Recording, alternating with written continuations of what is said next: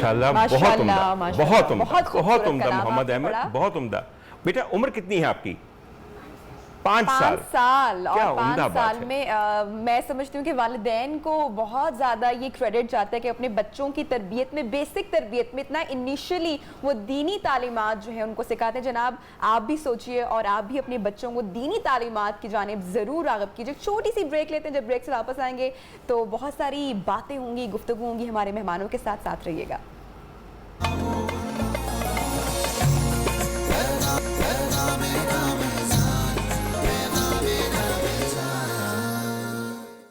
Welcome back जनाब। और कोविड-19 के दिन हैं, वबा बाहर फैली हुई है। हुकूमत ने बहुत अच्छे SOPs बताए हैं, लेकिन उनको फॉलो करना जो है वो हमारे हाथ में, हमारे बस में है। बाज़ारों में बहुत रश है। मैं आज भी घर आ रही थी और मैं देख रही थी कि लंबी कतारें लगी हुई हैं, ट्रैफिक बहुत है, ख़ासकर बाज़ारों के बाहर। तो प्लीज़ सोचें कि ये आपकी आखिरी ईद अल्लाह ना करे हो, अगली बहुत ईदें पड़ी, लेकिन बहुत एहतियात करें। बड़ी आसान सी एहतियात है, और एहतियात ये है कि डिटॉल का हैंड सोप अपने पास आप जनाब हर वक्त रखें। 20 सेकंड के लिए आपने अपने हाथ साफ करने हैं डिटॉल के साबुन से, हैंड वॉश से या सैनिटाइज़र से। कोई भी चीज़ आप इजीली अपनी गाड़ी, अपने हैंड बैग में रख सकते हैं, अपने दफ्तर में रख सकते हैं। जब भी बाहर जाएं आसानी से, अगर पानी अवेलेबल है तो हाथ धो लें, वरना सैनिटाइज़र निकालें अपनी जेब से और अपने हाथ को हर तरह के जरासीम से पाक रखें और अपने प्यारों का ख्याल रखें। जनाब अब मैं किचन में मौजूद हूँ और हुमा यहाँ पर पकौड़े बना रही हैं। डॉक्टर साहब की फरमाइश पे हलीम तैयार हो रही है। पकौड़े जनाब हुमा स्पेशल रेसिपी लग रही है बिल्कुल। और कुछ जो है अभी मैंने निकालने शुरू कर दिए। ठीक है, बल्कि आपने ही निकाले। बिल्कुल। अच्छा जी, हलीम बन रही है और पकौड़े बन रहे हैं, और रेसिपी लच्छेदार हम बाद पकौड़े में बन रहे हैं, इसकी शेयर करेंगे। डॉक्टर साहब हमारे मेहमान मौजूद हैं लाउंज में और बड़े जो है वो नज़रों से देख रहे हैं पकौड़ों पे नजर और नहीं, हलीम। मैं इसलिए देख रहा था जी। कि उमर भाई इस चीज़ को सेकंड जरूर करेंगे। हाँ। सर मैं ब्रांड का नाम नहीं ले रहा, एक पिछले दौर में एक ब्रांड का हाथ पिछले धोने दौर का- में यानी कि आज से कुछ सालों पहले ओके। कि वो कहते हैं ना 20 सेकंड तक आप अपने हाथ धोएं। उस ब्रांड का बड़ा मजाक उड़ा था और आज डॉक्टर साइंटिस्ट रिसर्च पे कहते हैं कि 20 सेकंड तक हाथ धो तो आपके जर्म्स बढ़ते हैं। आगा शिराज, मैं आपको एक बात बताऊं, न सिर्फ कहते हैं कि 20 सेकंड के लिए धोएं बल्कि बार बार धोएं। 14 सदियां पहले मेरे नबी ने कहा था कि 5 दफा वुजू करें और अगर मुमकिन हो तो इससे भी ज्यादा करें, और नाक में भी पानी डालें, कुलियां भी कीजिए। हाथ सिर्फ हाथ नहीं, कोहनियों तक बाजू धोएं, पाँव धोएं, चेहरा धोएं। अगर हम सब लोग करते रहते तो यकीन कीजिए कि हमें किसी वबा का खतरा ना होता अभी भी। लेकिन मैं आप लोगों को यही कहता हूँ, मेहरबानी से, ईद आने वाली है, आप लोगों का शॉपिंग का शौक और चांद रात का शौक और चीज़ें लाने का शौक बढ़ता रहेगा, मगर खुदारा सेहत से और ज़िंदगी से कोई चीज़ मुकद्दम नहीं है। और एक मुझे थोड़ी सी बात मैं आपको अर्ज़ करूँ, आपको अजीब ज़िद्दें हैं। एतकाफ़ शुरू हो चुका है, चूँकि आखिरी अशरा है। मैं अक्सर लोगों को कहता हूँ कि अगर एतकाफ़ में ही बैठना है तो घर के किसी कोने में आराम से बैठ जाइए। ज़रूरी नहीं कि पूरा शहर एतकाफ़ वहाँ बसाया जाए और मनाया जाए। हर चीज़ करने का एक अच्छा तरीका है जो कि बड़ी आसानी से हो सकता है। आप ये फरमाइए, कराची के हालात कैसे हैं आजकल? सर, कराची में जितना पंजाब साइड पे कोरोना इतना नहीं है। जी शुक्र है। क्यों? ये वो कौम है जो सर नाले के बराबर में खड़े होकर पकौड़े और बन कबाब खा रही होती है, और आज से नहीं खा रही, पिछले 100 साल से खा रही। तो सोचें कोरोना खुद वहां पे आके डर जाता है कि नहीं भाई, और कल वापस। ऐसी इम्यूनिटी डेवलप हो गई कराची वालों में। Exactly. अच्छा, आप लोग जो लाहौर में रहते हैं, आपको पता ही नहीं कि ये शहर निगारा उस रूसुल बिलाद से कितना बेहतर है। हमारे यहाँ कूड़ा क्रिकेट का कोई कॉन्सेप्ट नहीं है, और कराची में यकीन कीजिए कूड़े के बगैर कराची नहीं है, बल्कि आपको अच्छी तरह पता है कचराची कहा जाता है। कचरा कराची की ज़बान में कूड़े को कहा जाता है।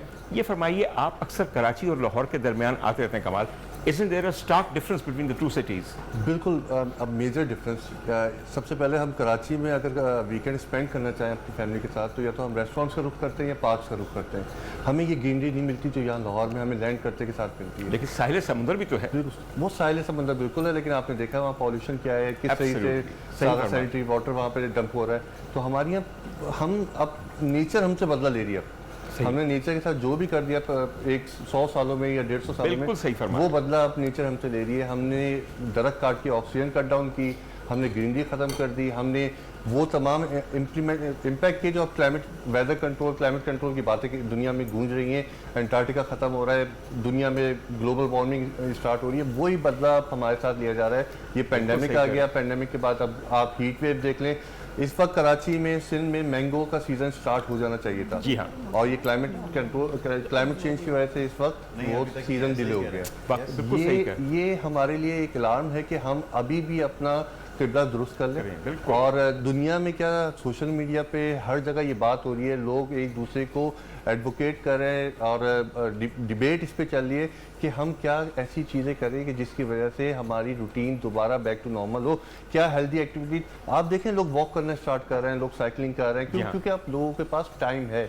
लोग ये अपनी सोशल ज़िंदगी जो है उससे अब दूर होते जा रहे हैं, क्योंकि ये सोशल डिस्टेंसिंग का वक्त आ गया। कमाल, आपने कमाल जिस तरह से सोशल मीडिया की और तमाम लोग जिनमें टैलेंट है उनको प्लेटफॉर्म की आपने बात की। आगा मुझे बताइएगा कि जिस तरह से अब एक दौर आ चुका है, नेटफ्लिक्स ओरिजिनल मूवीज़ बनना शुरू हो चुकी हैं, क्या इससे भी हमारी पाकिस्तानी इंडस्ट्री को नुकसान होगा? हम देखते हैं हमारे आस पड़ोस में तो लग रहा है कि सिनेमाज अब शायद ही कोई जाएगा, लेकिन इतनी बड़ी इंडस्ट्री है, बंद हो भी नहीं सकती। लेकिन कमोपेश आपका जब सिनेमा है वो भी आपके बेडरूम तक आ चुका है, हर तरह की चीज़, हर तरह का आर्टिस्ट अब वो मूवीज़ कर रहा है, तो पाकिस्तान में क्या इसका फ्यूचर आपको आगे आने वाले वक्तों में लग रहा है कि अब होगा? अच्छा, अब जैसे नेटफ्लिक्स, उसके यहाँ पे अभी इन्होंने हमारे पाकिस्तान ने निकाला है उर्दू फ्लेक्स के नाम से। बिल्कुल ठीक है, अभी एक दो और भी फ्लेक्स के नाम से चीज़ें आ रही हैं, उसको भी हम रिवील नहीं करना, नाम नहीं ले रहा, और वो बहुत बड़े पैमाने पे हैं और इंटरनेशनल भी हमसे वो उन्होंने कांटेक्ट किया गया कि जो हमारी मूवीज़ हैं जो हम बनाएंगे वो आप अपने इस पे चलाएं, क्योंकि गोरा जो है उमर भाई को ज़्यादा पता होगा सर, वो 100 साल के आगे की सोचता है। बिल्कुल। और हमसे उसने तकरीबन 10 साल का कॉन्ट्रैक्ट कर लिया है एक जो कंपनी से। जी बिल्कुल सही। नाम अभी नहीं वो ले सकता, थोड़ा सा जानते हैं कि ये this is step forward. Irani movies वालों ने हमसे कांटेक्ट किया है, चाइनीज़ ने हमसे कांटेक्ट कर लिया है, तो इस तरीके से इंशाल्लाह ताला देखें, यू नेवर नो कि कौन सी चीज़ क्लिक हो जाए, कामयाब। हमारे यहाँ आप देखें जब हम सफ़र ड्रामा था, किसी को नहीं पता था इतना क्लिक हो। इंडिया में हम सफ़र ड्रामा जो है उनके स्कूल्स में पढ़ाया जा रहा है। बिल्कुल। उसके बाद हुमायूं का भी एक प्ले ख़त्म हुआ था, मेरे पास तुम हो। जिंदगी गुलजार है इंडिया में बहुत पॉपुलर है। आगा आजकल आपका फेवरेट प्ले कौन सा है? ये लंबी खामोशी आपको बता रही है कि बड़ी मुश्किल है कि बंदा किसी को बता सके कि आजकल फेवरेट कौन सा है, लेकिन चुपके चुपके। अच्छा हाँ, मुझे उसका पता नहीं है, मगर नबिहा को यकीनन पता होगा। ये नबिहा, एक बात आपने जो बड़ी अहम की है कि क्या नेटफ्लिक्स की वजह से हमारा लोकल सिनेमा तबाह हो जाएगा? तो मैं लोकल सिनेमा को एक बात कहना चाहता हूँ, आप अपनी फिल्में सिनेमा हॉल की बजाय नेटफ्लिक्स के लिए बनाएं। Why don't you make content for Netflix? अगर आप नहीं जा सकते इस वबा की वजह से, या वैसे जो बहुत मल्टीप्लेक्स सिनेमाज होते वहां नहीं जा सकते, तो why don't you make it for Netflix, ताकि हर बंदा जब चाहे जहां चाहे वो मूवी देख सकता है। बिल्कुल। थोड़ा और सा इससे सोचने हमारे की जो जरूरत है। इंडस्ट्री के लोग हैं वो भी फ्रस्ट्रेशन ना हो, वो भी काम करते रहें, अच्छे प्रोजेक्ट्स चलते सर रहें देखें, और टैलेंट भी नजर आता भैया रहे। ये एक बंदे का काम नहीं नहीं है, ये है। पूरी गवर्नमेंट का काम है। गवर्नमेंट को हमारे साथ मिलना पड़ेगा। लेकिन अब यही मसला है कि इस प्लेटफॉर्म के थ्रू मैं यही कहूँगा कि गवर्नमेंट आगे आए, इसको ओन करे कि भाई आप ये देखें सर, अगर एक्टर जो होता है ना sir, they are all ambassadors, Pakistan को रिप्रेजेंट कर रहे होते हैं। मुझे बड़ा अफसोस ऐसे ये कहना चाहिए कि कुछ चीज़ों को हटाया हुआ है। वो कहते हैं ना, एक नजर करम जो होती हैं, जी हाँ, बलूचिस्तान पे नजर करम नहीं है, कराची पे नजर करम नहीं है, और एक शोबिस पे नहीं है। अच्छा, यहाँ पे आगा एक और चीज़ है, यहाँ पे एक कॉन्फिडेंस नहीं है हमारे इन्वेस्टर का ऑनलाइन प्लेटफॉर्म पे ब्रॉडकास्ट करने का। ये कॉन्फिडेंस बिल्ड करने की ज़रूरत है। आप बात कर रहे हैं नेटफ्लिक्स की या उर्दू फ्लिक्स की या किसी भी फ्लिक्स की आप बात करें, जब तक लोकल इन्वेस्टर रोल प्ले नहीं करेगा, वो स्टेक होल्डर है इस इंडस्ट्री का। कमाल की बात बड़ी अहम है ख़वातीन हज़रात कि आपका अभी इन्वेस्टर इतना ज़्यादा कॉन्फिडेंट नहीं है, मगर मुझे यकीन है कि थोड़ा सा अगर काम शुरू हो गया छोटे बजट के साथ तो इन्वेस्टर को भी पता चलेगा। आप यकीन कीजिए, जब चैनल प्राइवेटली ओपन हुए थे तो पहले 2 साल में सिर्फ 2 चैनल आए थे, मैं आपको ये बताऊं, और उसके बाद यकीन कीजिए there has been a mushroom growth. तो मैं समझता हूं कि जो फिल्म मेकर्स हैं वो ये सोचें कि 1.5 घंटे की छोटे साइज की फिल्म बनाएं जो मजे की हो, जो हर बंदा देख सके। और इन्वेस्टर को भी चाहिए कि छोटे बजट के ऊपर, छोटे प्रोडक्शन के ऊपर पहले इन्वेस्ट करे। यकीन कीजिए जो नेटफ्लिक्स पे फिल्में कामयाब हैं शायद ही कोई 70 या 90 मिनट से ज़्यादा हो। बड़ी बात पे सोचिए, इस ब्रेक के अंदर आज बड़ी अहम बातें हो रही हैं।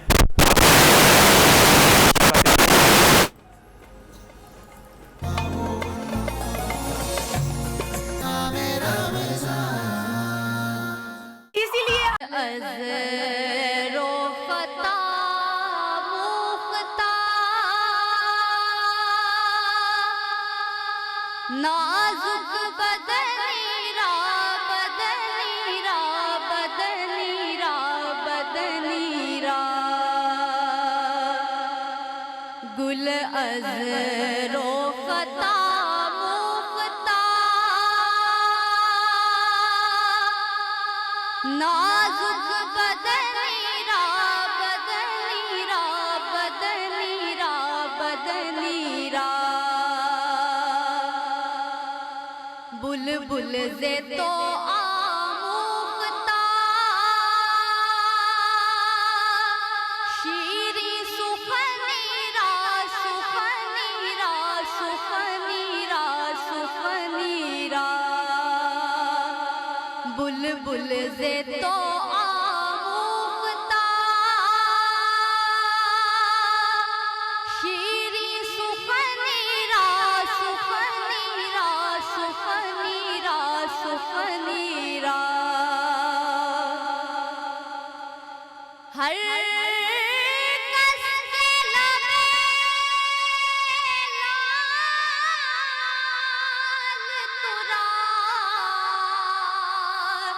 दीदा बातिल गुफ्त हर कस के लबे लाल तुरा दीदा बातिल गुफ्त हक्का के जे खुशगंदा अकी के यमनीरा यमनीरा यमनीरा यमनीरा हक्का के जे खुशगंदा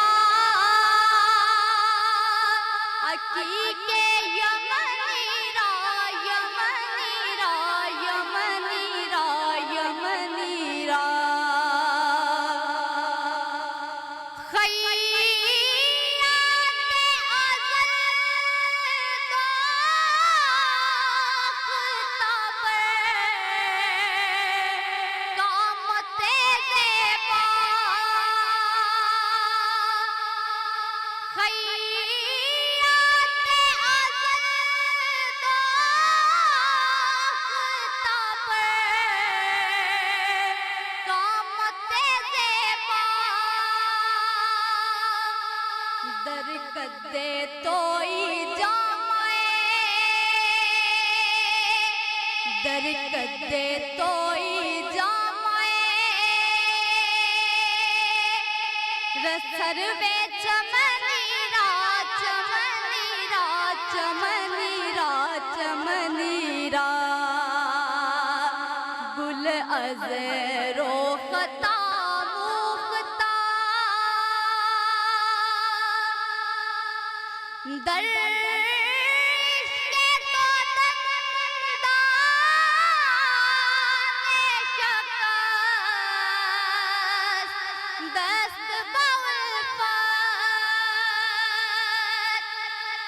दर्श के तो दंदाने शकस दस्त बाउल पात तू जामा रसानी दे वैसे करनीरा करनीरा करनीरा करनीरा गुल अज़रो खता मुख्ता